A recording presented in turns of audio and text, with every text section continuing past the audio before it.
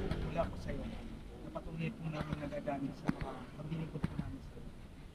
Nasa pagkakataon po magpasagawa po kami ng konting pagtutulog. Pangunahan mo po at tulungan ng mangungod sa amin.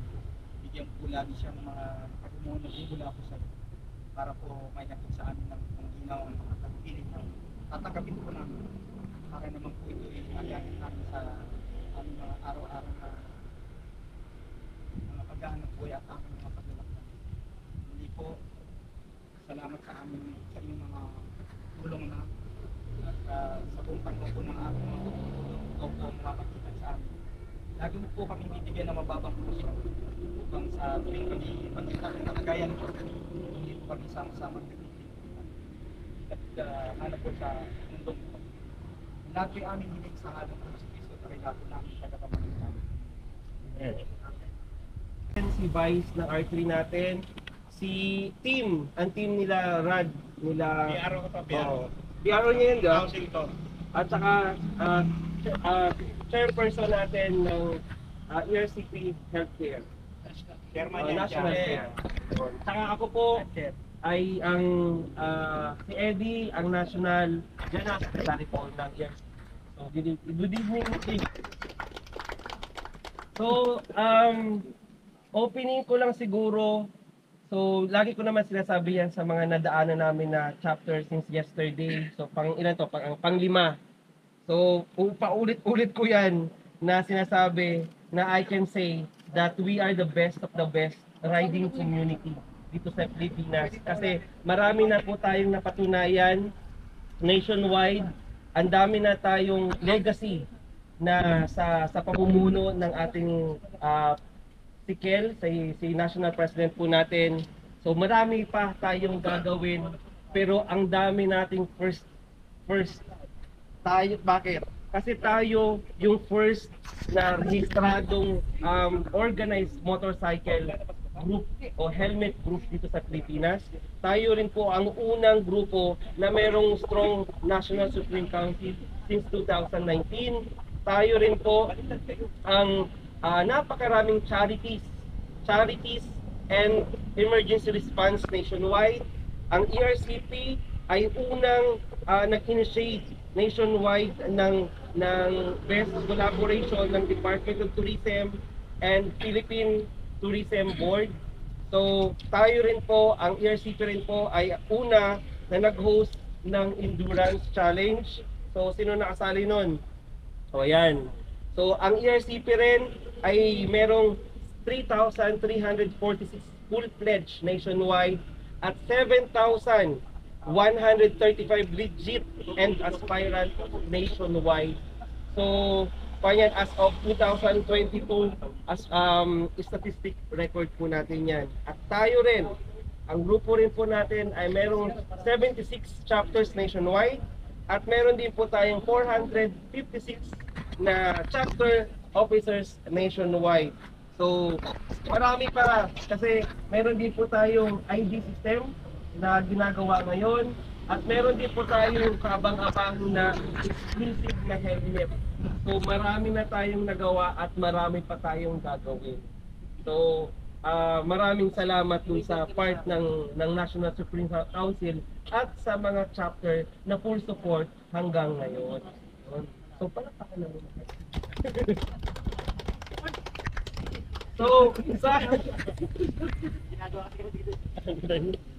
So, ipapakilala ko muna sa iyo.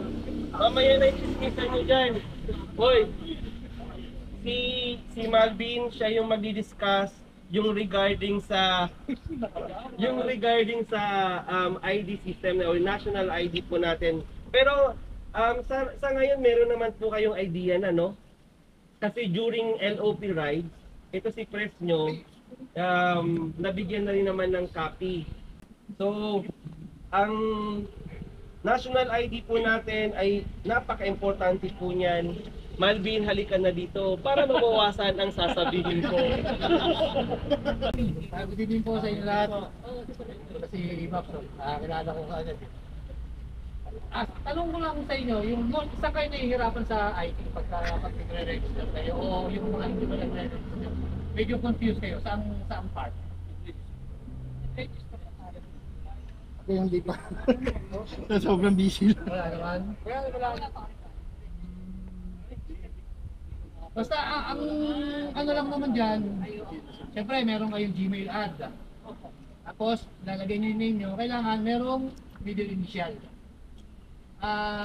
Huwag magkakamali sa birthday. Dami rin ano yung hindi pa pinapanganak. 2024 nakalagay. Tapos, ang hirap kasi sa pag mali yung type mo, hindi na pwedeng baguhin yun. Hindi na kayo makakabalik dun eh. Kasi pag once na sinubmit nyo, wala na, hindi na kayo makakabalik. One time registration lang yun. Kaya bago nyo i-click yung submit, be sure na i-double check nyo. Madalas magkamali yung sa control number, ayan. Hindi nila alam kung anong year sila, tapos kung saan nila ilalagay yung control number nila, naka-indicate naman. Pero mostly sa year nagkakamali. Kaya kung OBR kayo, pakilagyan nyo ng OBR. Iba kasi number lang din eh. Kaya doon nagkakagulo yung nag-encode. Ngayon, pagbaba doon sa apat na nahihirapan sila madalas, yung picture, i-screenshot nyo yung payment.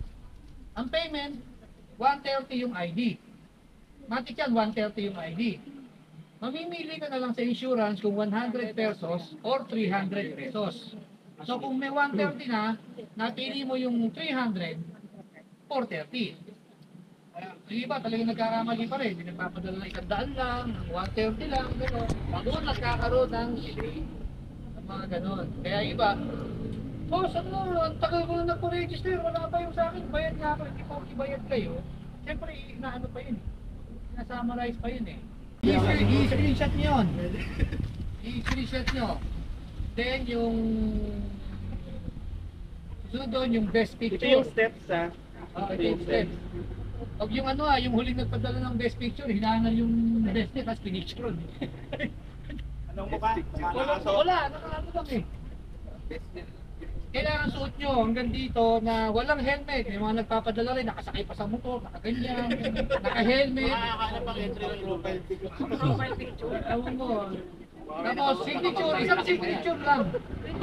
Marami nagpapadala, tatlo eh. Alam mo, video sale yung ano yun. Tapos yung updated copy ng license.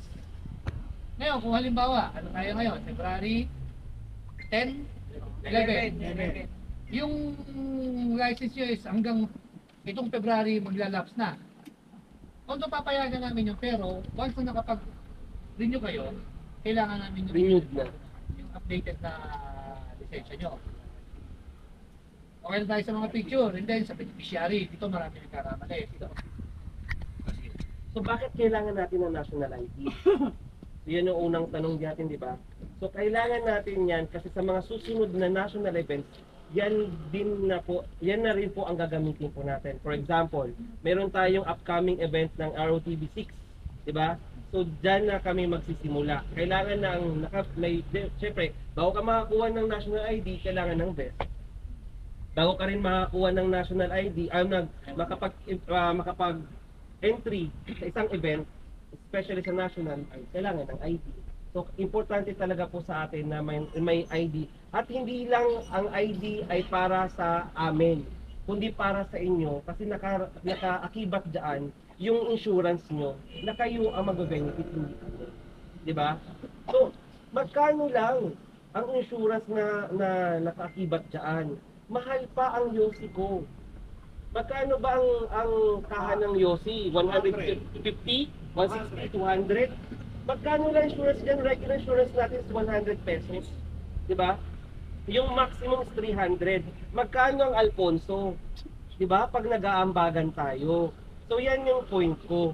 So sana magpagtuunan natin ng pansin kasi hindi lang yan para sa mga national events na mangyayari in the future, kundi yung para sa inyong kaligtasan na rin. Yung hindi tayo kailangan magmakaawa sa ibang tao para humingi ng tulong kasi tayo mismo, meron tayo. Yan ang rason kaya kailangan natin ng national. Naiintindihan po ba natin? Question sa insurance. Gusto ko malaman kasi Isa lang, dalawang error Tulad lang. yan. Kaya nabibigyan ng nag-delay. Kahapon, nag-register. nag-post ako sa stage kung sino yung mga naka-release na Okay na, ako yung mga may ID na. Susunod na ipopost ko naman doon yung mga unsuccessful na nag-register na due to incomplete requirements. Yun. So dun pa lang, suggestion nyo pa rin, ipasa nyo na agad. So for those members na hindi pa nakapag-registro, ay meron na palang ganito sa page mo. So ipasa nyo na doon. Para mas ma-encourage pa sila lalo. Ito lang ho ang pinaka-no-no ha. Huwag kayong magdo-double registration dahil mahuhold kayo sigurado yan. Mas lalo kayo Ang mauho. problema ng double registration, magpa-registration si Pres ng ganitong araw. After 2 weeks, or 3 weeks, tagal ng ano ko Huwag baka kang hindi. bumura, Ano, tang, kakulak-lak, tang. tagal. Tagal ng ano ko ng ID ko Anong chapter yan? Anong chapter yan? So far, 3 yung naka-hold eh. Ay, anong chapter yan? Cavite, Benguet, nakalimutan ko isa. Double? Pero normally sa Google Forms, pag natapos ka na, hindi ka na makakapag-register ulit eh. Nag-iiba sila Ano ng ba- mail address. Google lang. Iba sila ng mail address. Iba lang device. Pero, email. same Information. information. Ang problema doon, ito nga. Hindi talaga sila mapapasukan. January 8 nag-umpisa yan. Bawa si Price nag-register. Tagal lang, nainip na. Kung hindi, ano yung uwang ko Hindi naman siya nagtatanong, ano. Register uli ako. Paano kung ipinasok mo ng una at yung ipinasok mo ng pangalawa, parehong pumasok, babayaran mo ba pareho? Oo nga. Yan na, hold. Diba? Doon na-hold. Galit na galit si Epic. Dahil meron naman doon nakalagay na isang registration lang. One registration lang. Kaya, no, yun ang pinaka-no-no talaga, yung double registration. Kung ano ka, nakakapag-register na kayo, hindi nyo maano, andun naman mo yung ano ko, yung name ko, yung tsaka yung page nung ano, mag-ano kayo doon, magtanong mo kayo. Huwag tayong mahiyang magtanong. Sumasagot naman ako. Lahat ng mga nagtatanong Sa mga nakatapos na, saka yung may ID na lalabas, di ba? Lahat ng mga nagtatanong ako doon, sinasagot ko sila. Kasi yun lang ang pinaka magiging conversation, communication namin eh. Diba? Okay, any question po, clarification, or wag lang violent reaction? Yung accidental death or loss natin, sabi ko kanina, sa 130, yung sa principal, spouse or parents 15, siblings or yung children 10, 300, 40, 20, and 10. Pero bukod dyan, meron din po tayong loss of life due to motorcycle accident, merong 555 at saka 225. Sa kabila,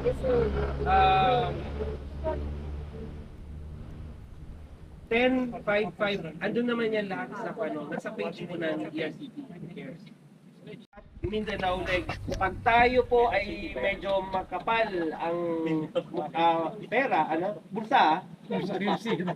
Kung makapal po ang ating bulsa, aside sa mukha, pwede po tayong sumali ng Luzon, Visayas at Mindanao Leg. Opo. So ang Luzon Leg ay gaganapin ngayong March 16 and 17. Ang Mindanao Leg ay gaganapin sa July 27 and 28. And Mindanao, October 12 and 13.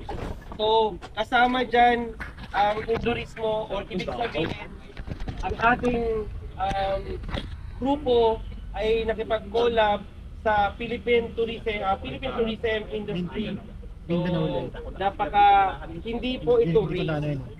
Kumbaga, to showcase yung ganda ng Pilipinas. Yun yung mukha nyon. Oo, tourism yun. So, dito sa atin, magsisimula yan ng Valenzuela. So, dire-diretso yan. Mamaya i-discuss ko rin isa-isa yan. Basta yung requirements dyan, ang requirements po ng participant ay ERCP pa rin best. Kasi alam naman natin na ride of the best po ito. Second, national ID pa rin, papasok pa rin si national ID. Kaya kung interesado kayo sa ROTV po natin, pa-register na po tayo sa national ID natin. And lastly, yung complete riding gear. Importante rin po yan. Sa babayaran, magkano po ba? Ang babayaran lang po natin ay 700 Bakit?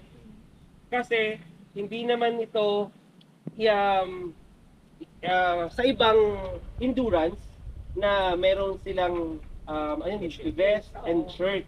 So hindi po kasama naman dyan sa 700 pesos. Kasi yung normal na endurance challenge is nag-range yan ng 1,500 to 2,000.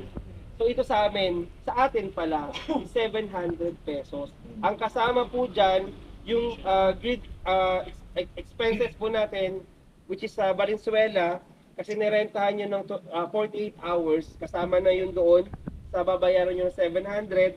Yung event passport po natin sa photo ops at saka yung sa pagpirma sa checkpoint, kailangan yun. Keychain, 2 pirasong stickers, and finisher mesh cap. So, mayroon na po din sa 700. And lastly, yung meal. So, finisher o hindi, meron kayong meal dyan. Hindi lang buffet. Pero, 700 pesos lang po ang entry fee po natin. Kasi, hindi lang naman 700 ang babayaran natin. Kailangan nyo rin ipaayos yung motor nyo, ipapakondisyon. Tama ba? So, gagastos na naman kayo doon. Pag larga nyo dyan, siyempre kailangan nyo rin ng gas. Diba? So, magkano din ang gas nyo dyan? Habang bumabaybay kayo nyo na 600 kilometers, kakain kayo nyan. So, yung 700, kahit pa paano, ay makakatulong na rin para makapag-less din sa inyong expenses. May pasalubong pa, no? Oo, pasalubong pa. Totoo yan. Lugar na to. Bawat lugar yan, pupuntahan ay bibili pa tayo ng pasalubong. So, next, pero meron pa rin naman tayong optional sa souvenir. Meron din na kaming nilabas si Jersey Republic ay may inilabas na merch, which is yung finisher shirt 700 pesos and riding jersey 900 pesos. Optional po yan. Kung interesado at para maipakita sa kanila na, guys, tapos ako dyan. So, souvenir na lang po yan sa atin. So, parang achievement na rin kasi sa atin yan na napatunayan yung sarili nyo na dumaan kayo sa endurance at hindi po ito race. Kasi ang ROTV6 po natin ay 24 hours po yan. So sabi ko nga kanina, mag-start yan kay Valenzuela City People's Park, all the way niyan kay Bulacan, kay Bulacan, Nueva Ecija, Benguet, La Union, Pangasinan, Tarlac, at saka Pampanga at balik ulit kay Valenzuela. So, total yan is 570 kilometers. Photo ops natin is 25 photo ops yan. Kasi nga, ang iso-showcase po kasi natin dyan, yung ganda ng Pilipinas. Tapos meron din po tayong 8 checkpoints. So yung sa 700 pesos na yan, magbibigay din kami ng meal sa mga nagsi-checkpoint, sa mga co-chapters din po natin na dadaanan ng rota. Sila yung mag-aasa sa inyo. So ganun yun. No? Bawat daan nyo rin, sasampalin ko sa buhay ka pa. Pagising ka pang pagising, ganun. So, yun lang naman yung sa kwano. Aalis tayo mag-take off tayo ng 4 AM. Bakit? Kasi ang target kasi natin, umaga yan para makita, maliwanag. Okay. So, 4 or 5 or 6, take off yan para ang target, maliwanag pa rin, ma-showcase pa rin yung tourism pa rin ng Luzon. Ganda ng Luzon. Yung ganda ng Luzon. So, sa next niyan, meron po tayong Riders Night and Awarding. So, sa March 17 na po yun onwards. So, yun lang. So ngayon, dahil customized siya, plus 500 yun. Dahil naka-iridium lang siya na dapat hindi. Kasi unang labas talaga spoke lang siya. The request na iridium. So, sabi natin ng iridium is 1,000. So, mahal na masyado. Ngayon, win-out out natin ng national at saka ni Boss Jack sa company. Natanggalin lahat yun. So ngayon, natanggal lahat yun, pinagbigyan ni company. So nakalibre na tayo. Ang ginawa pa, tinarbaho ulit ni Boss Jake na gawing below SRP. So ngayon ang presyo na lang na is 3.5. So ngayon, kung papasok mo yung insurance natin, parang yung diniscount mo, napunta lang sa insurance. So ngayon, pares tayo win-win. Diba? Tinarabaho lang national, binili nyo, isa bumili kayo ng helmet na may kasama na rin kayo insurance na kayo. Package. So napakagaan na sa atin yun. So ngayon, every helmet worth of 3.5, merong 50 pesos na papasok sa inyo. Isang helmet, 50 pesos man. Pero every 30 days yun, i-release through Treasury. Ang mag-usap lang yan is si National at si Treasury nyo. So re-report na lang yan sa President or sa GC ng mga Treasurer. Then, dahil sa pagmamahal ng National din, nagpo-provide kami ng sticker. Kung ano yung best number nyo, ibigay namin sa inyo. Kasi bakit? Dahil magkakamukha yung helmet natin. Hindi naman pwedeng amuyin mo kung pare-paras tayong sunsilk ang inyong shampoo. Diba? Mahirap yun. So ngayon, yun lang ilalagay natin sticker. So may design siya dito, it's either sa may bandang taas o sa may bandang baba. Lagayan. Yes. Talagang isasakto natin na ma-maximize yung space. Okay. So, nasa inyo na yan kung lalagyan nyo pa ng kung ano ng colorete, pero sa amin lang, ginawa natin yung design, sana ingatan natin. Huwag na natin gumulin kasi nga, pinulido natin lahat ng angulo may design, maliban lang dito. Kasi nga, para purpose, Bakante. sa sticker, na pagkakalan na. Then, paano ka makaka-avail? So, isa na yun. Pero, ang payment natin at pag-aasikaso is kanya-kanya. Order mo, sarili mo rin bayad. Hindi pwedeng duman kay treasurer, kay tropa. Sarili mong bayad yun. One ID, one payment, one helmet. Tapos, saan ano naman? Lahat ng affiliated stores. May isang Sa national, national lang talaga. So, ang mangyayari, isa lang ang pwede niyong kausapin. Okay. Yung nababasa niyo sa main page natin ng Evo Riders Club Philippines INC. Siya lang magpo-post, siya lang i-chat nyo Oo. para mag-fill up. So don't worry kasi nasa NCR lang kayo. Anytime na sinabing release na, pwede nyo nang agad kunin. Hindi kagaya ng provincial, may shipping, may transaction pa. Na medyo mahirap na. Siyempre, vaccine, hindi naman intercom lang yan na maliliit. Helmet na yan. Para sa amin, mahirap talaga yan. So, one ID, one helmet. 50 pesos sa pondo. So, lahat tayo dito win-win. So, napakagandang deal na ito. Sana makasuporta lahat magkaroon. Pero, choice nyo naman yun. Pero tatandaan nyo ang payment. Isa lang ang pangalan ng payment Maglalabas si Evo Riders Club Philippines fan page ng pangalan ni Boss Jake at yung bank account. Ang bank is East West. Bank account. So ngayon, nasa loob naman siya ni Gcash. Pwede tayo mag-payment. I-save nyo lang lagi, i-download nyo lang lagi yung proof of payment. Kasi gagamitin nyo rin yun sa pag-fill up. Kasi attention. Reference number. Yes. Parang kung anong fill up natin ng ID, halos ganun din lalabas yun. Kasi para bakit? Para hindi mo na magamit sa sulat. Kung ano yung sinend mo, yun na yun. So yun, may question ba tayo? Sa OBR, same lang. Yes, same lang din. Isang color lang. Yes, ang color lang. Wala naman.